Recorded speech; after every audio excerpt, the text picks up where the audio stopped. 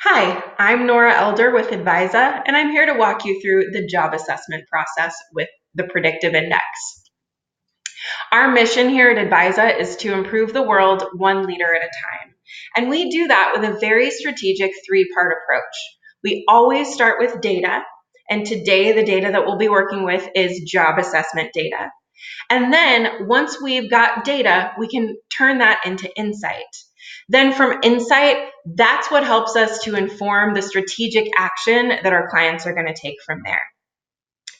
So, people are the thing that turn business strategy into business results. And so because of that, the job assessment process is crucial to make sure that we're hiring folks purposefully or getting people into the right seats within their organization, and then also inspiring them effectively. So now that they're in those seats, what types of support and motivation do they still need?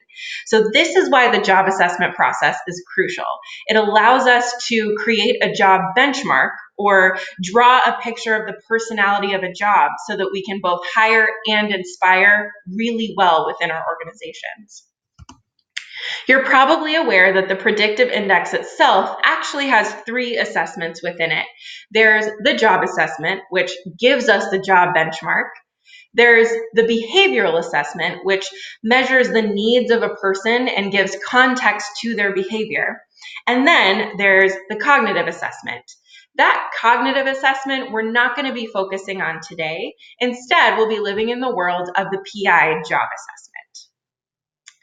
To give some more context behind this, essentially there are two sides of the predictive index.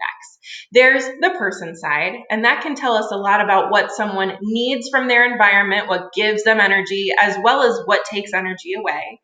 But then there's also the job side. And when we create a job benchmark, as you see on the right-hand side, it can tell us a lot about the personality of the job. Another way to say that is what behaviors are actually required for success in that role.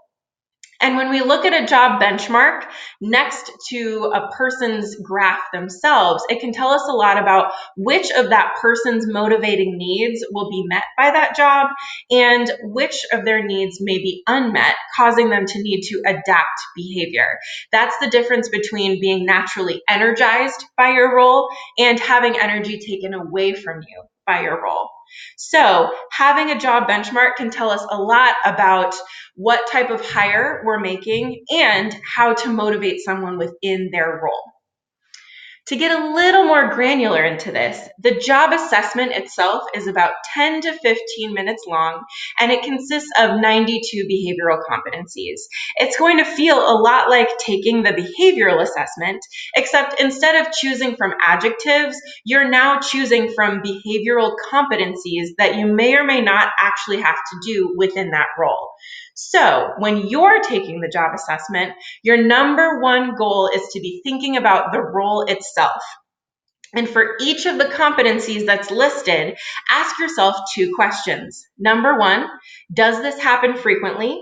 And number two, is it absolutely critical to the position?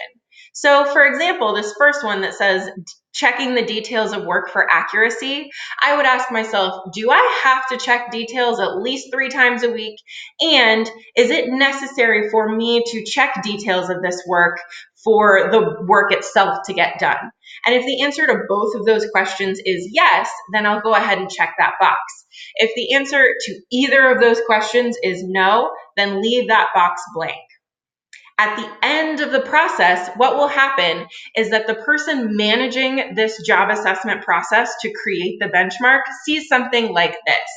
They'll see an average pattern up at the top, and then beneath it, they'll see the individual patterns created by team members like you that have contributed to this pattern.